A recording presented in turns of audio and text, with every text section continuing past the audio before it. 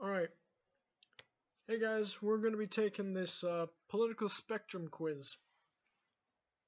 Because, one, I think,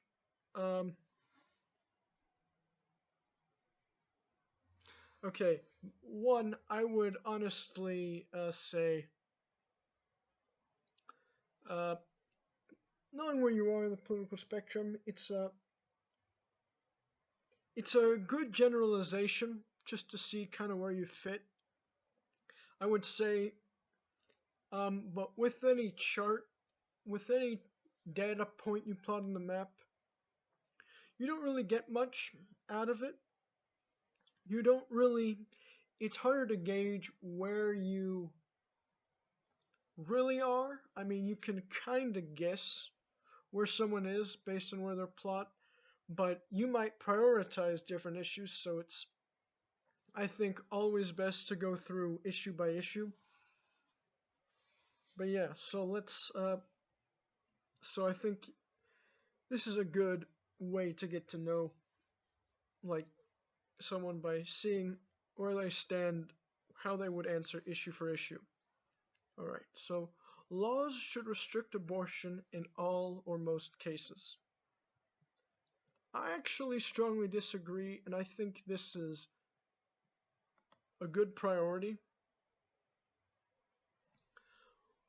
One, women I do think, have a right to their own bodies. The government should have no say in that. To a certain extent, I mean, I would say my position is fairly moderate. It's in line with Roe versus Wade, that Supreme Court case, because now the rights of the mother have to be given priority, but once the uh, once the nervous system is developed and the fetus can start to feel pain, then you have to balance. Then you have to put the rights of the uh, baby also in the equation. Generally, I would lean more towards the well-being of the mother, and so the late-term abortions like that should only be carried out if there is threat to the mother, or in the case that the baby is going to be has a terminal illness. And this isn't really, I mean, some might have a problem with this position, but I mean, the overwhelming majority of abortions take place before that period, so this is literally a minority of cases. But yeah. 2. Unions were indispensable in establishing the middle class. Yes, I'll agree with that. Unions, they have good and negative effects. I do think, though, that the good outweighs the negative with unions. So, at least as far as I'm aware. But, yeah. Let's go with there. I mean, I'm not sure how to rate this. I'm guess not that important to me because, I mean, how, if it's like saying unions are important, yeah, I mean, it's not that much of a priority. I mean, I might say it's somewhat, but generally I'd say unions, yeah, that's a good thing. But it's not like major priority. In nearly every instance, the free market allocates resources most efficiently. Nearly every instance, I'd say so. In most instances, maybe. because generally the free market, because the one weakness of the free market is if it is more profitable to allocate resources less efficiently, then the free market will do so. If it's more profitable to be more efficient, then the free market will do so. It's all about the specific industries involved. But generally, if you have the right incentives, then yeah, I'd agree with that. I'd say, yeah, instances like healthcare is a prime example of where the free market is not the best. It can be good, but it also uh, is not amazing. So yeah, I'll agree with that. Public radio and television funded by the state provide a valuable service, and television funded by the state provide a valuable service to the citizens. I'm guessing it's to the citizens. So yeah, I mean, I'd say yes. You shouldn't, to some extent. It depends on how you look at it, because like a number of times when state media is barely given any attention at all, like when there's in a system where most of the media is privatized, but there is a state media alternative, the state media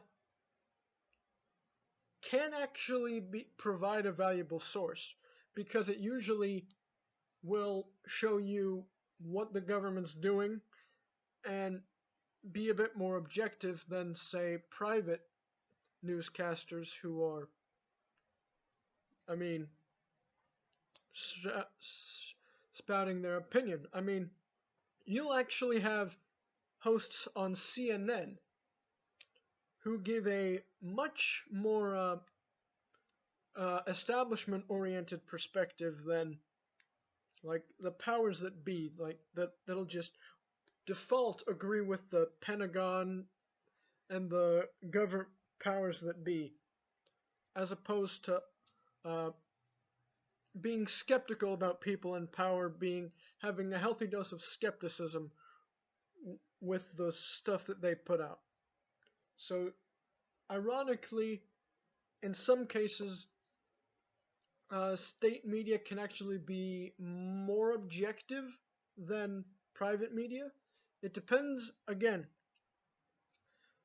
Probably what would have happened if there was no private media, the state media would probably be a lot more heavily controlled.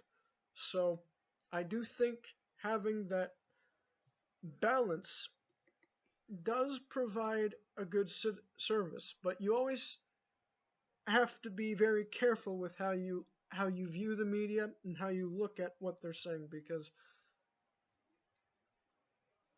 you never know, because especially with state media you always got to be careful of, because one, they're controlled and funded by the state, but with private media, one, look at who they're funded by, who's their owner, how that might impact their news coverage, because I mean, honestly, people like to berate state media because, oh, it's controlled by the state. Well, you can have a similar relationship in any type of company or corporation where the news is controlled, especially if it's a private media outlet. All you're changing is who is the controller. It's not like it's 100% free and objective 100% of the time. I mean, that's pretty much impossible. You're always going to have a slant, and typically that slant is going to be tilted to, hey, who's at the top? Who's at the top of this organization? Are they liking what we're doing, or are they disliking? Are we going against their interests, and are they going to meddle in what we're doing here? It's weighing all the different factors that goes into the media that you need to take into account. Because hey, maybe members of the media are really cozy to Donald Trump, like at Fox News, or maybe they're really cozy up with the General Mattis or the CIA and the defense contractors, etc., and that provide them with all this sort of data for journalist activities. It's there's a whole lot of uh, who's in bed with who, and what perspective do they tend to have based on who they tend to associate with and what sort of environment they're in terms of what they are. So, I mean, I would say it's not that much of an. I'd say it's somewhat important, but I'd say it's good to have a wide variety of media sources. More media sources, the better, even state funded. So yeah, some people should not be allowed to reproduce. Hell the fuck no. I mean, now if you have certain disabilities, it might be painful, but to do it, but I don't think you should be forced not to. As long as if you want to reproduce and you have the ability to, we shouldn't stop you from doing so. Again, I would only preface this by saying, depending if you have a certain disability, consider if you would, I mean, because if you have a certain disability, know that you have a certain likelihood that your child will also have that disability. So, I would always preface that you completely have the right to have kids if you're able. But yeah, just keep that in mind so that you know before you have children, if you can have that pre-knowledge that, hey, this is a likely scenario, so that you can prepare and to care for that child and have adequate resources, etc., since they're of a higher risk to whatever disability that is.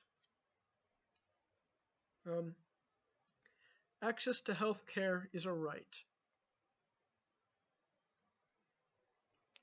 I would say, yeah, it should be a right, or at least though I would question how you would interpret that, because if that means only the government should provide it to you, I think that is ludicrous, because, hey, governments fuck up, there's corruption, and if the government corrupts the healthcare system, if they have total control of the healthcare system, who knows what they could do to fuck it, what they would do to fuck with it. So, I mean, generally, I'd say, yeah, access to healthcare is a right, but how politicians frame it, where they're coming from, and when they say it is very important. And the system that they want to establish this right to healthcare. Because even if they have good intentions, even if they do the best thing, their predecessor, or no, I mean their successor, could fuck shit up, and then you only have the system that they created. And so if the successor fucks up the healthcare system, the universal healthcare system, do you have an alternative? Is there a widely available alternative that you can go to get the care you need? So yeah, that's what I'd say. And I'd say it's of utmost importance. The rich should pay a higher tax rate than the middle class. Yes, strongly agree. I mean, yeah, my parents are fairly wealthy. I'm probably gonna get a decent amount of money. Now, I don't know when I'm gonna get it because I mean, my parents, at least my parents are pretty wise when it comes to money management, so I think I'll be fine. Especially because they're like, we're probably gonna put it in a trust and have it so you can't access the bulk of it uh, until you're a decent amount older. I don't know how old it'll be, but yeah, because when you're young, you're stupid. You could blow all that money. It might go to your head, and you're gonna might be blow through it a bunch. So be so keep it till you're mature, so you're not gonna be foolish and rash with your money. And I actually like that. But yeah, I mean, I do think to some extent it could get excessive, but I do agree that at a certain point, the wealth people can amass gets excessive. So it's all about that balance between how much is too much and how much is too little. But yeah, definitely higher taxes. School science classes should teach intelligent design. Hell the fuck no. I'm an atheist, so agnostic atheist, so let just that be in mind. Marriage must be heralded for the important role it plays in society. I don't think marriage has too much of an important role in society. Now, because I think marriage is a little bit overrated. I think civil unions are just as good. Personally, I would abolish the official recognition of marriage and all the benefits that the government puts on marriage. I think maybe taxes or whatever, and just replace that whole system with civil unions. And then marriage is something you get from your church. You might call your civil union a marriage if you're religious. But otherwise, you're getting a civil union. That should be the default standard. Marriage should have no special benefits other than, hey, the only difference between marriage and a civil union should be we had our service done in a church where they married us by an ordained minister, priest, etc. That's the only difference, in my opinion. So, yeah, I'm going to disagree. I mean, I do think uh, two parents in the household is better than one generally, but marriage is, I think, kind of overrated. Sometimes war is necessary, even if it means you strike first. I'll agree. I generally tend to disagree. I tend to disagree with all or nothing statements, except when it comes to rights, like with major rights that are necessary for the maintenance of a civil society, like the freedom of speech. I think absolute protection, even for terrible people. Stuff like that, I think, should absolute no quarrel, but when it comes to decisions, like with war, there's always going to be an exception where it might be necessary. I think not really, but I mean, there could be a scenario where that would be fun, but I'm going to put it as little importance. Yeah. Patriotism is an overrated quality. Depends on what brand. Are you the patriot that loves your country no matter what it does? Are you the kind of patriot that says your country or the highway? Or are you the kind of patriot that says,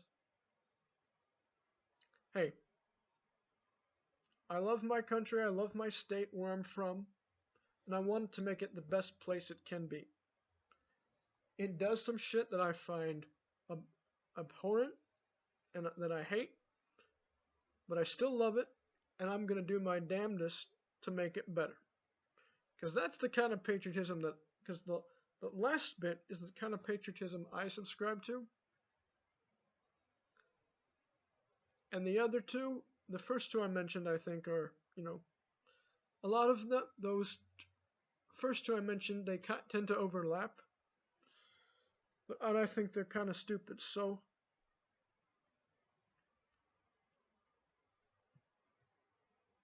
But I guess generally this might be considered an authoritarian question, so.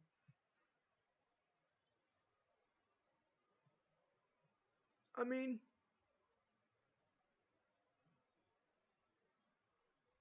nah, I'd say disagree on that principle because it depends on which brand of patriotism you subscribe to. Racism, racist patriotism, the mindless drone patriotism, or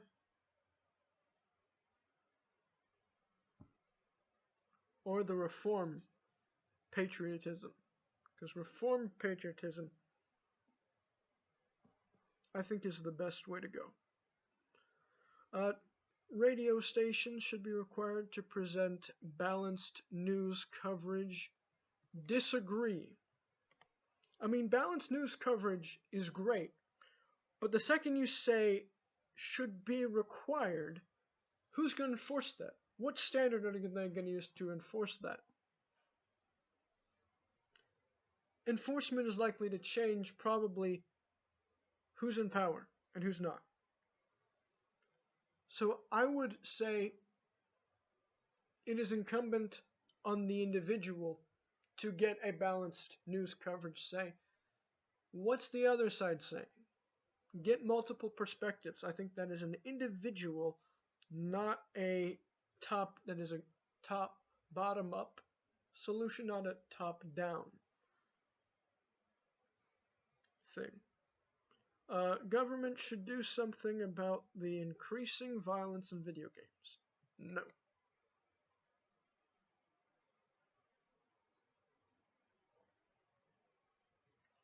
No.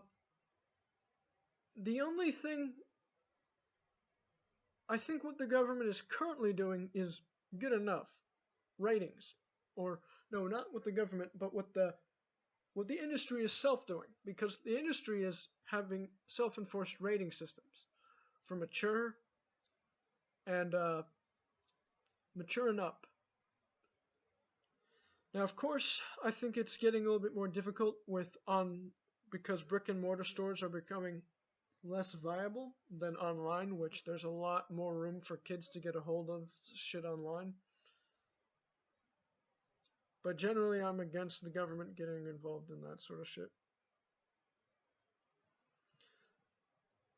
I'd say it's more incumbent on parents to monitor their kids' online activity. If our leader meets If our leader meets with our enemies, it makes us appear weak. Hell no. If our leader is ineffectual like Donald Trump can be, it makes us appear weak. If our leader is strong on what our principles are and what we need to achieve, strong in our goals, and works with our enemies to make so that on their needs that are reasonable, so that we can come to mutual understanding and respect each other, and not risk nuclear war, then yeah, that makes us stronger, because what it does is say, hey, we can reserve our resources, especially because we're the US and that we've got a lot of enemies like Russia and everything. We're going to need, in my opinion, we're to some extent overextended. We've got our military in a bunch of different places where we don't need to be. And that contributes to our military budget, making it so overbloated. And that contributes to us spending more than the next 10 countries combined, especially our adversaries. If we make our military spending more efficient and we use our military surgically and precisely, we'll be a much stronger country, because we're not overextended, we're not using our resources haphazardly and just getting involved in every war because, oh, they're oppressive. They're oppressing the people. Ain't this a terrible dictator? Well, we prop up a bunch of dictators. We have done in the past. We support dictators currently. So, I mean, come on. Don't get too high and mighty. We're the US. We're not very innocent. And don't pretend like we are, okay? We must use our military from time to time to protect our supply of oil to avoid a national crisis. I disagree. I think we can have a national crisis,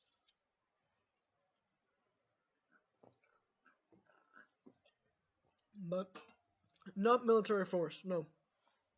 Probably strongly disagree, but yeah, no military force.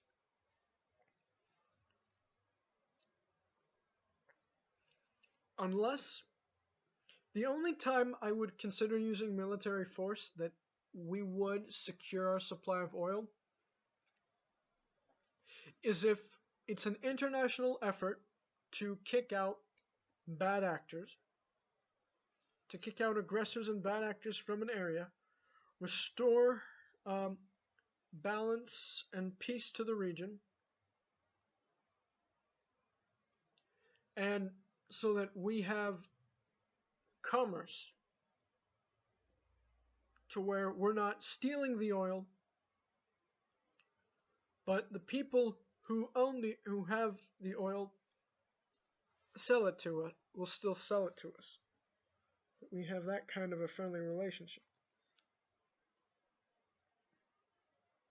Because that's the only military scenario I'd ever be comfortable with. And it'd have to be international, so that, you know, we're held accountable. We have to be held accountable because we tend to do our own thing, and if we're not held accountable, that's when things tend to go bad. Strong gun ownership rights protect the people against tyranny. Yes, strongly agree. I think that's the case, but also, if gun ownership rights are too strong, we may end up inflicting a kind of a tyranny of ourselves, another type of tyranny on ourselves. So be very careful and with the gun legislation that's enacted. It makes no sense to say I'm spiritual but not religious.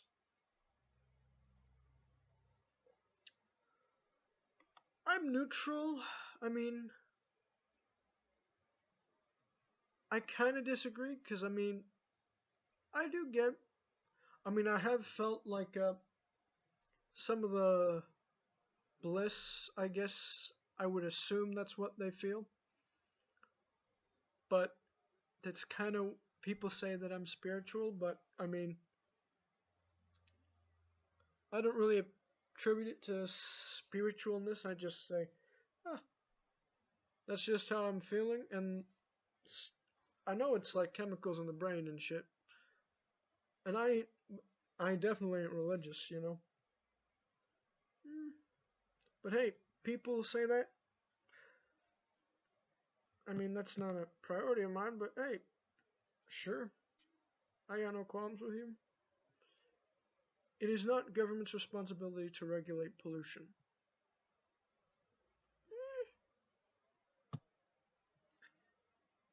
I'll disagree on that. I think, well, one,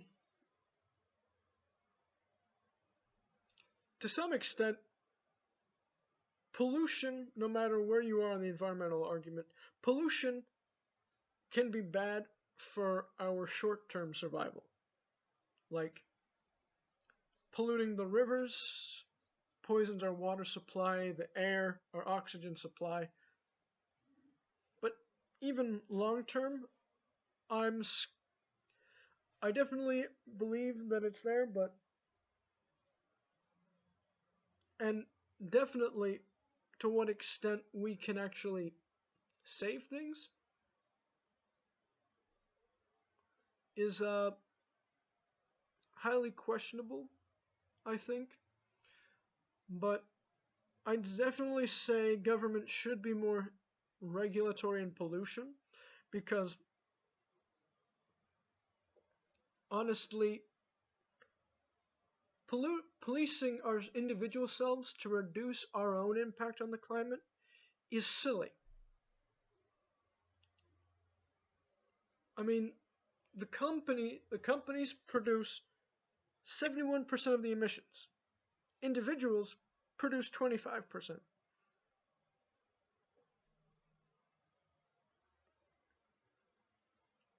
Individuals doing shit ain't gonna do shit, really. It's a lot of the bigger corporations that need to start curbing their emissions if we're ever gonna make a dent. So yeah.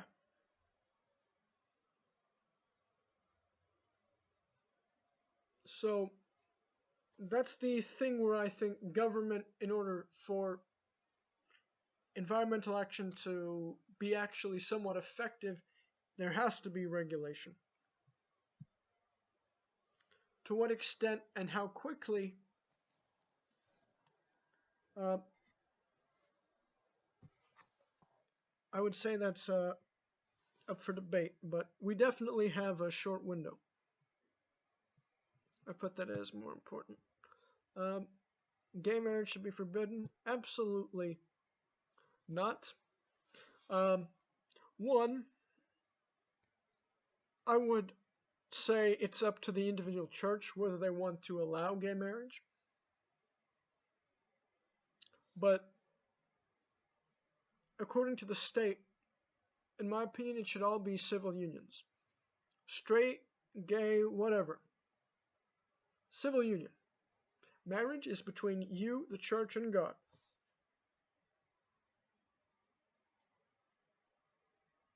According to your beliefs, government has no role in that, nor should it. It's strictly between the church. It should be against the law to use hateful language towards another racial group. Nope. Uh-uh. Who's to hateful language? That is entirely subjective. There is no objective standard. Sure, you might think you know hateful language when you hear it, but it's hate concepts like emotions are entirely subjective. You cannot, laws like this that police speech have to be crystal clear. They have to be definitive to where you know, hey, this is the line. You can't cross that. Because too often, hate speech and critical speech tend to get conflated. Especially if that group that you're speaking critically of is in the majority. And so they can say, that sounds pretty hateful, like you're being hateful towards us and our beliefs. You might be very harshly criticizing it, but even if what if the thing they're saying is actually true that you call hateful? I mean, it doesn't say anything about false. It's just hateful. Again, hateful, that stuff is way too vague, and it doesn't even solve the issue, because how often if you just been locked up, have you gotten stronger in your beliefs than had you been convinced otherwise? Because forcing someone to be locked away to pay a fine, that's not going to do anything. That's just going to strengthen their resolve. You try and reason with them and break through to them, then you'll change their mind. Then you'll actually do stuff.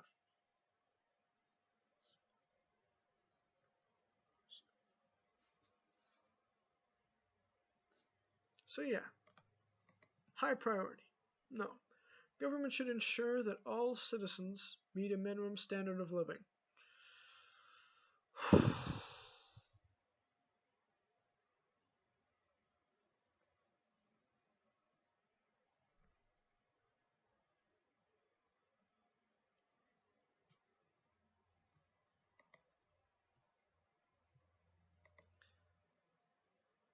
No, I'd say I'm neutral. I mean, I'd say it depends on the scenario. Because I think there is a scenario in the future where that's going to have to be the case. Essentially, when we move into a post-jobs economy. When everything is done by robots. Until that day, to where we still need manual labor,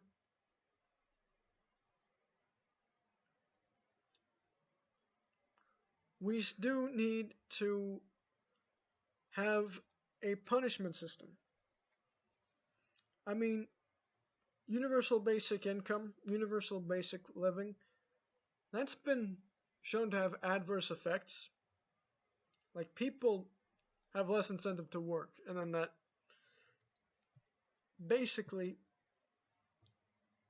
is terrible for the country, terrible for the economy, etc.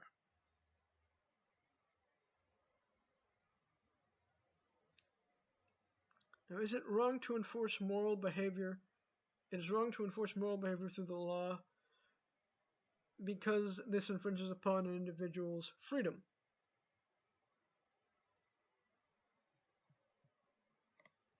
I'd agree.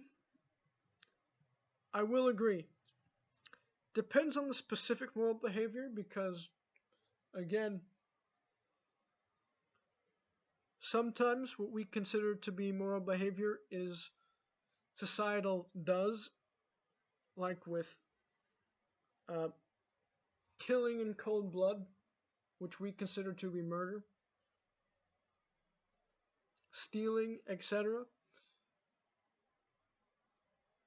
Those are technically moral behaviors and should be regulated, so not in full agreement, but generally something that you might not consider to be moral, but not everything that is considered to be moral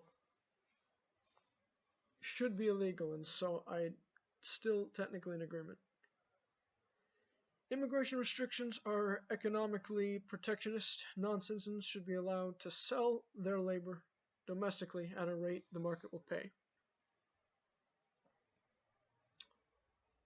This one I'm kind of divided on. Generally on the wording, it's a little bit wordy. The way I'm interpreting it as, because generally I'd be for it, that you should be allowed to sell your labor.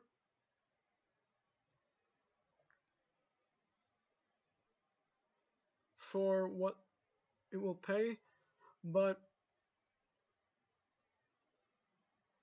to some extent, I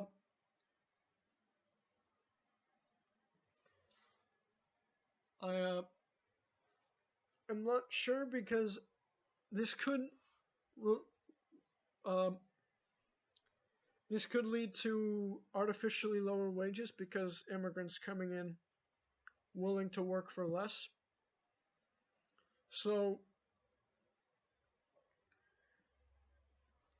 what maybe I would say is immigrants should be definitely allowed to come in, but they won't be paid any less than, but non-citizens won't be paid any less than non-citizens. Because one, that makes, because the lower wages for the non-citizens creates non-citizen slums. They're living in poverty, they're being exploited, but also the citizens' wages fall also as a result. So when non-citizens come, they're going to compete on their own merit. They're going to come and they're going to be paid a good wage. The citizens' wages don't get decreased. They have to compete more on their own merits for the same wage. But yeah. So I disagree technically. Let's see where that puts me. An official language should be set, and immigrants should have to learn it. Disagree.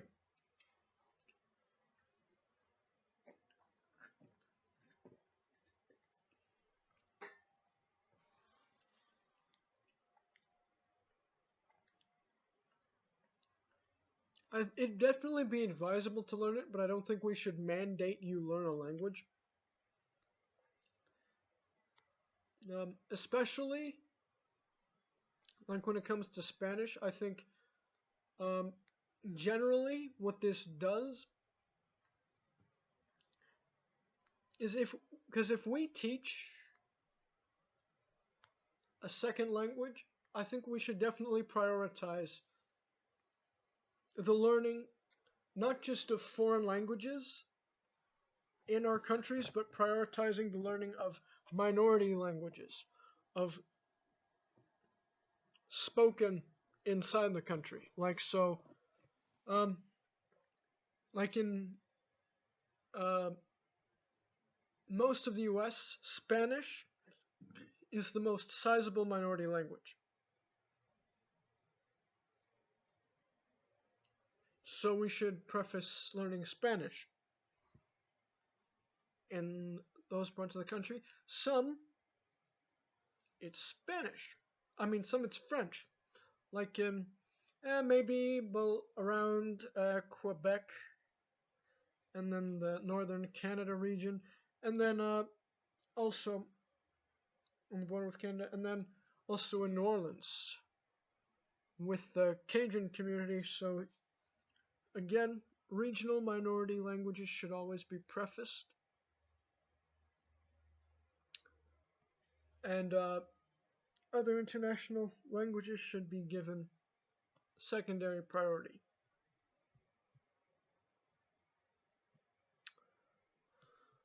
I think that's a general good. Whatever maximizes economic growth is good for people. Yes, though it depends on what kind of economic growth you're talking about. Because depending on what numbers you're using, it could be good for one group of people, but not the vast majority. Like the rich, it could be good for the rich people, but not good for the vast majority of people. So it really depends on which data you're looking at in regards to economic growth. But generally, more growth is good for more people. So yeah.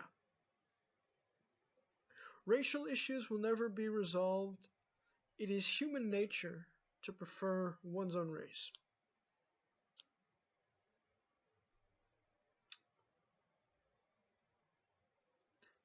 I definitely can see where I'm pretty sure this has different connotations. Like they're trying to evoke certain racism. Like to show where you should stand in race. I mean, I do think to some extent racial issues won't be resolved. Because there's always going to be, you're always going to have those idiots in the country that, do crazy shit. And it is human nature to prefer one's own race. Well, it's human nature to prefer similar individuals, not necessarily just race, but race, opinions, interests, etc. We like similar people.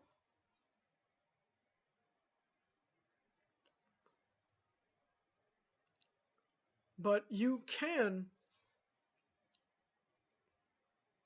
but the underlying issue I'm sensing from this question is, yeah, that we shouldn't even strive for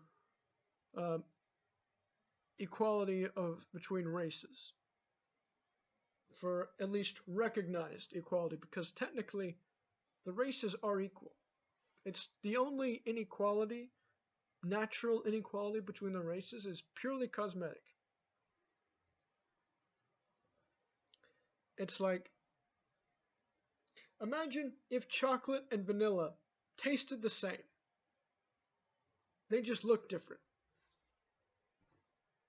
That's basically the races.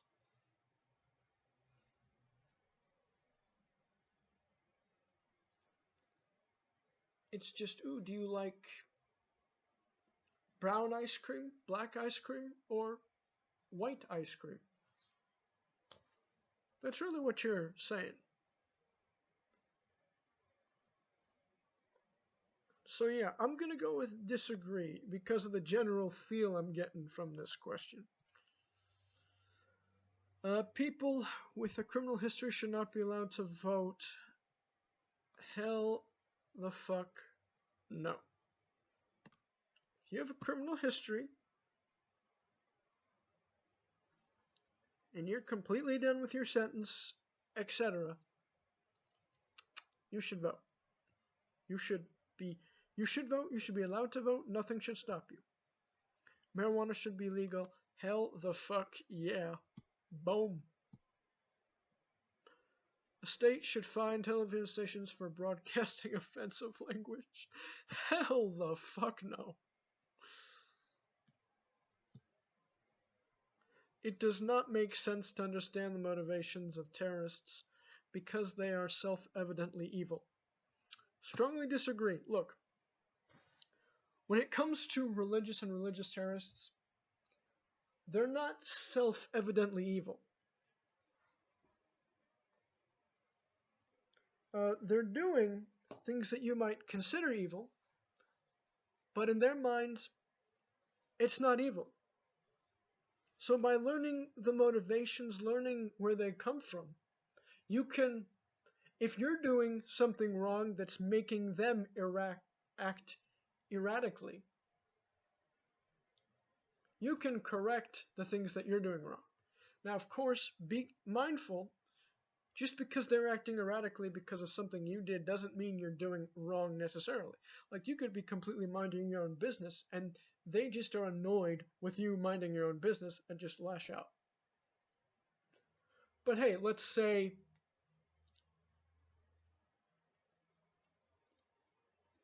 for like the past 5 minutes you were kicking them, and then they just fed up they just turn around and smash you. Hey, yeah, they shouldn't have smashed you, but maybe you shouldn't kick them. Maybe you shouldn't have been kicking them. So yeah,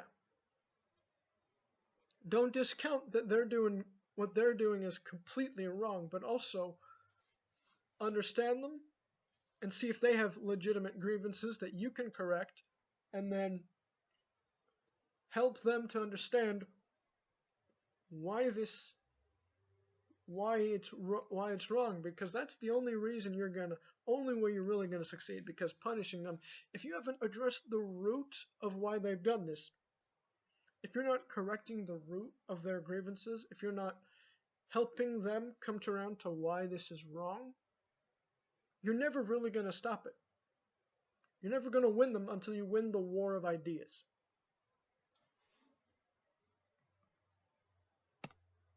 Oh, I should have hit most important, but yeah. The lower the taxes, the better off we all are. Not necessarily. So I'm going to disagree. Not necessarily. Depends on how you tax, depends on how much, because to some extent, yeah.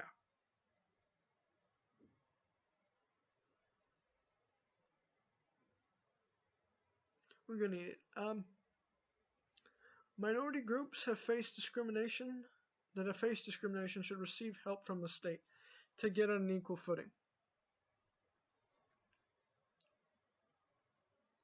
To get on an equal footing, nothing more. Sometimes this sometimes people advocate for giving them special treatment.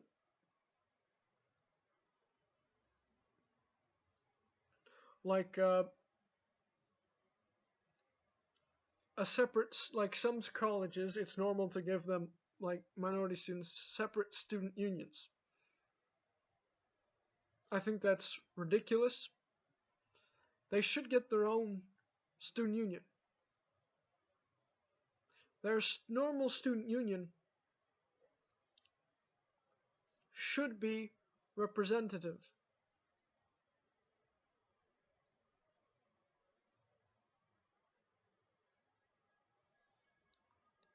of them, especially if they're a sizable portion of the student body.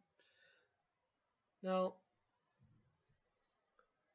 unless the only exception is if there's like out of a school of, let's see, a few thousand students, there's like 20 black students, then yeah, maybe I could see the need for a black student union. But if there's a sizable black population, there should be no need for a black student union. They should be completely welcome in the normal student union. Like, cause I know, like, the Sami people here in Sweden, they're a minority, but they're a very tiny minority. They have their own parliament. Now, you would think they should have representation in the official parliament, but they don't really. Because again, they're such a tiny minority. They're like 8,000 people, all with different beliefs and such, so they don't really have adequate representation. They don't have a single member in parliament. So I can then understand why they have a separate union, why they have a separate parliament, but like generally they should have it. You should have some representation. And if you're not being represented fairly, if you have a sizable percentage of the population, like to where you equal definitely over 5%, and you're not being treated fairly in the student union, there's a problem. It's especially a problem given that you're on a college campus, place that's stereotypically the more accepting places to be. So there should be no excuses for why the normal student union shouldn't be completely accepting and welcoming to students of other races.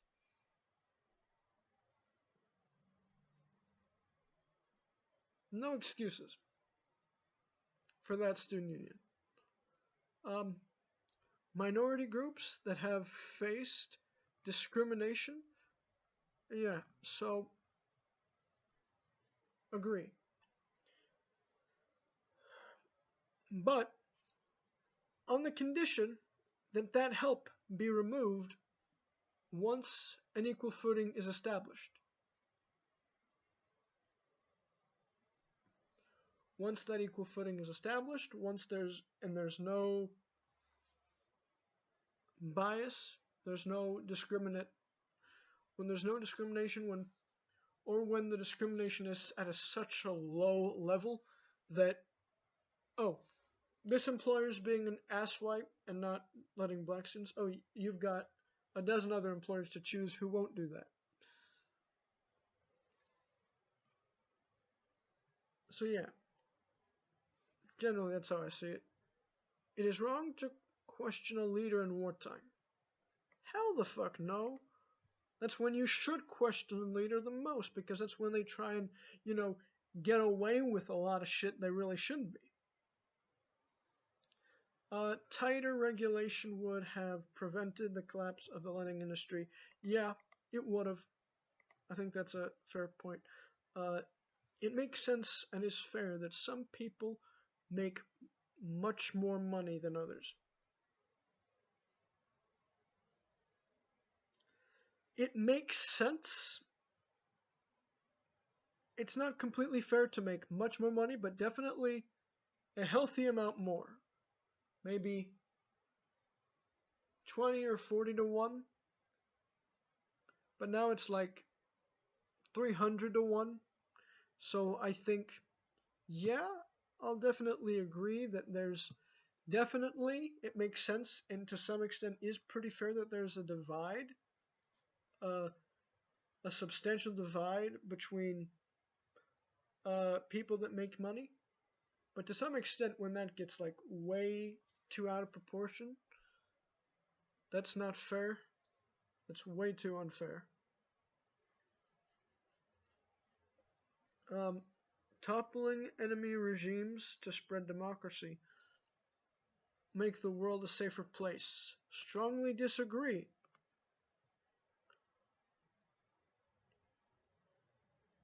If it does make the world a safer place, the only way that can happen is if it's a case-by-case basis where everything goes perfectly well, because you just think, oh, if we do this, it'll be safer. No. There's a whole host of factors that you have to take into account, and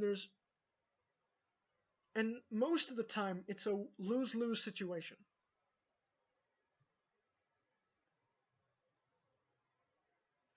The state has no business regulating alcohol and tobacco products. I disagree. With drugs, you need regulatory. I think you definitely need some regulatory stuff in place. If an unwed teen becomes pregnant, abortion may be a responsible choice.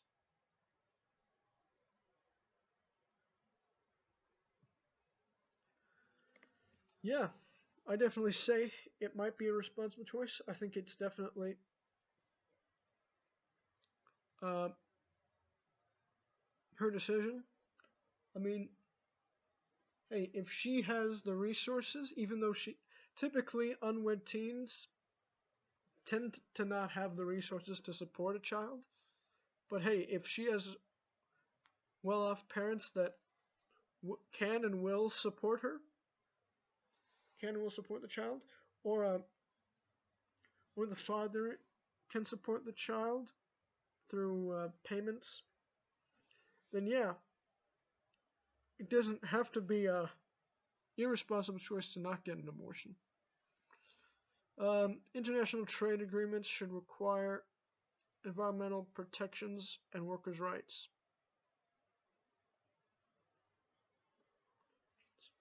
Yeah, I'd agree. I mean, yeah, because otherwise that just outsources the jobs.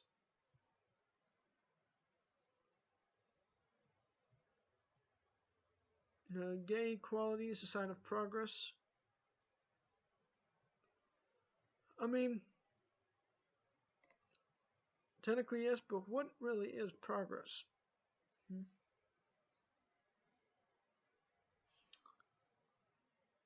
Should the state should be able to put a criminal death penalty if the crime was serious enough.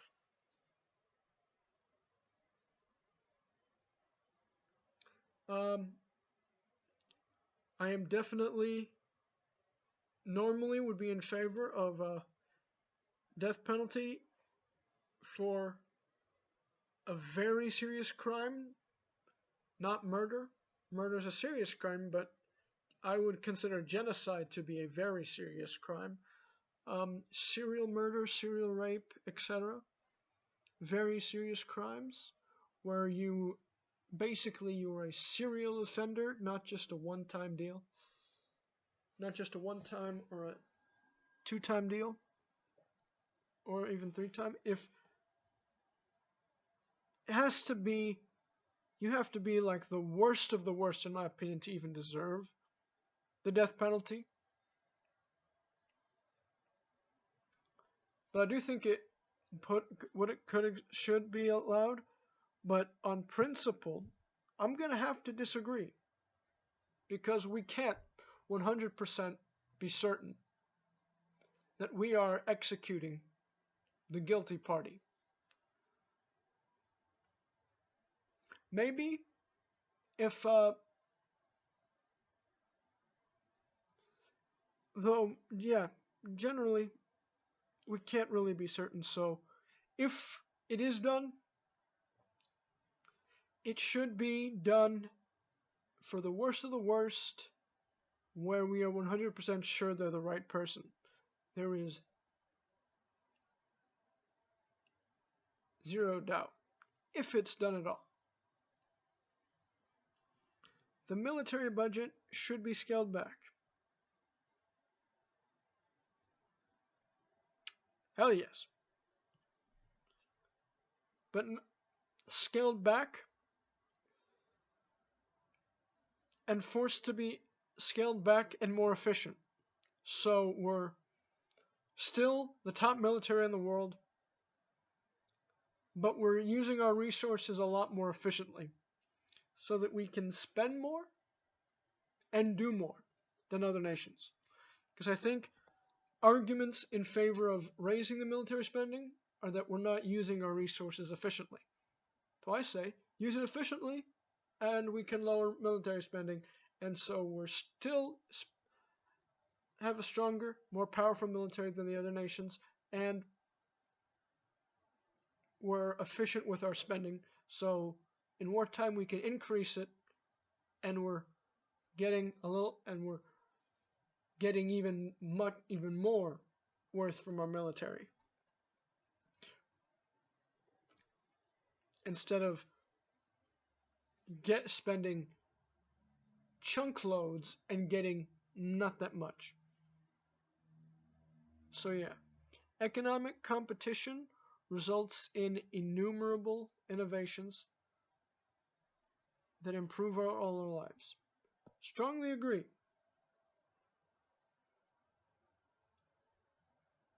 A lot of times it's because there's not enough competition where things start to get bad. Too much competition, though, can be bad as well, where prices get too low to where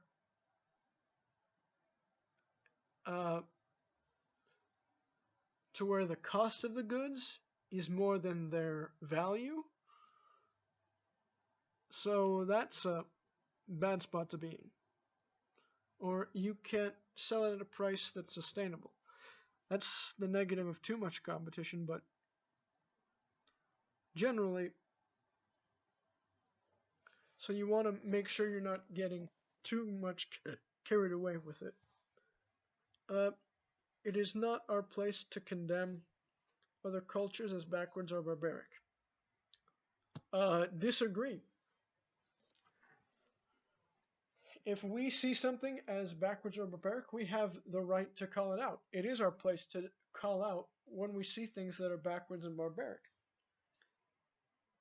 The way people treat women in other countries and other cultures, barbaric. The way we treated African slaves, and because I come from the South, and we had a culture and a tradition of treating African Americans terribly and barbarically. That needs to be called out. That needs to be changed. So yeah, it is 100% our place to do that.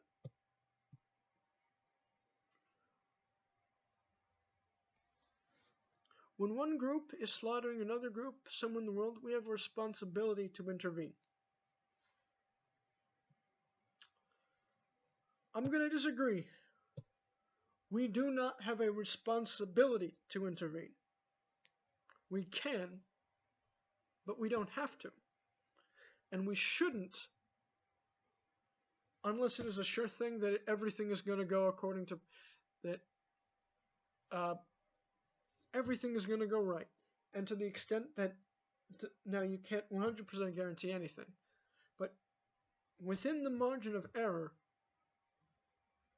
of things going wrong that we think could go wrong, nothing could go drastically wrong.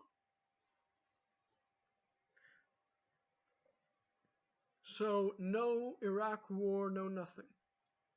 And we know what things not to do to avoid making the situation worse than had we not gotten involved at all. We'd be better off if we could just lock up some of the people expressing radical political views and keep them away from society. Hell the fuck no, that is how you breed authoritarianism and corruption of society.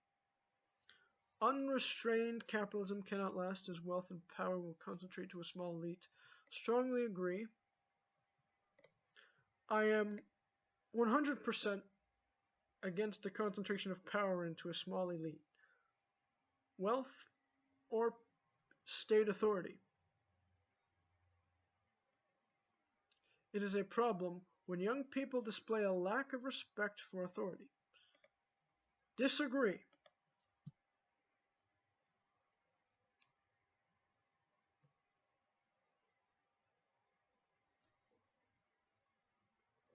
When corporate interests become too powerful, the state should take action to ensure the public interest is served.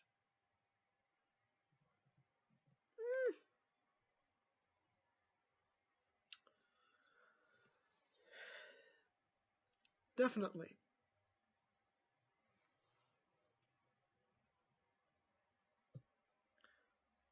I think to some extent agree, but I would say states should take action. Shouldn't just be one sort of thing. We need checks and balances. Because I don't want the state, because, I mean, sure, there's a corporation that's kind of going out of control. But then the state would do a power grab, would have to amass a great amount of power in order to regulate them. How do we keep that power accountable?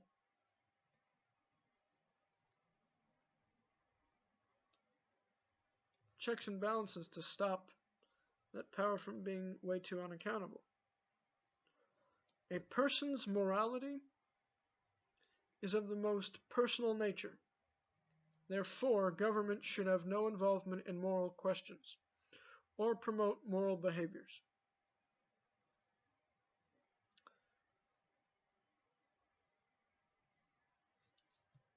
I'm going to disagree, but only slightly, Because I don't think the government should have no involvement whatsoever. Very limited involvement, and it can say promote certain behaviors as having a certain outcome, but it should be the individual's decision whether to adopt those decisions in their lives or not.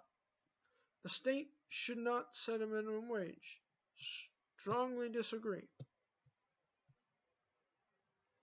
A nation's retirement safety net cannot be trusted to the fluctuations of the stock market.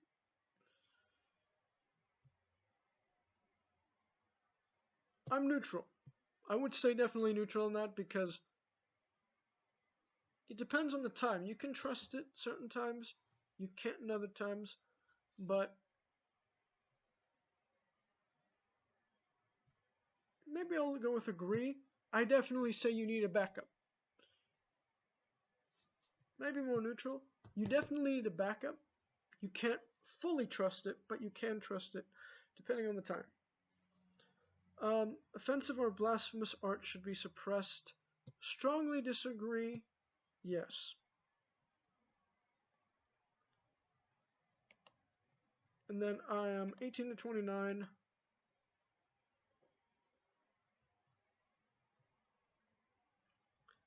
United States. And I'm from Texas.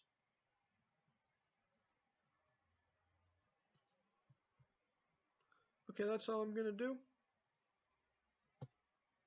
I'm going to get my results. Center-left social libertarian.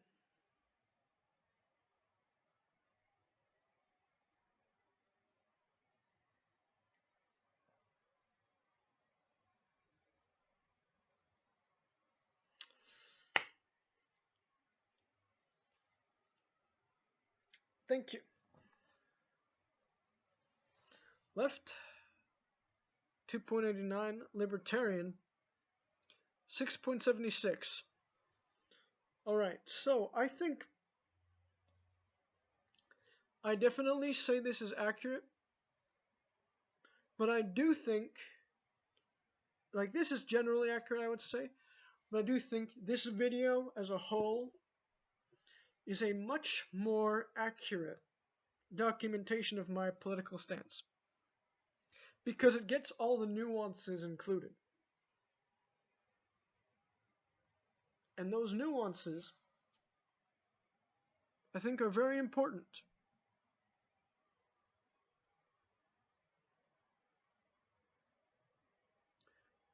Because, you know, algorithms like this where you just tick a box can only get you so far. You have to understand the mentality behind a person to adequately get a good sense of where they align politically.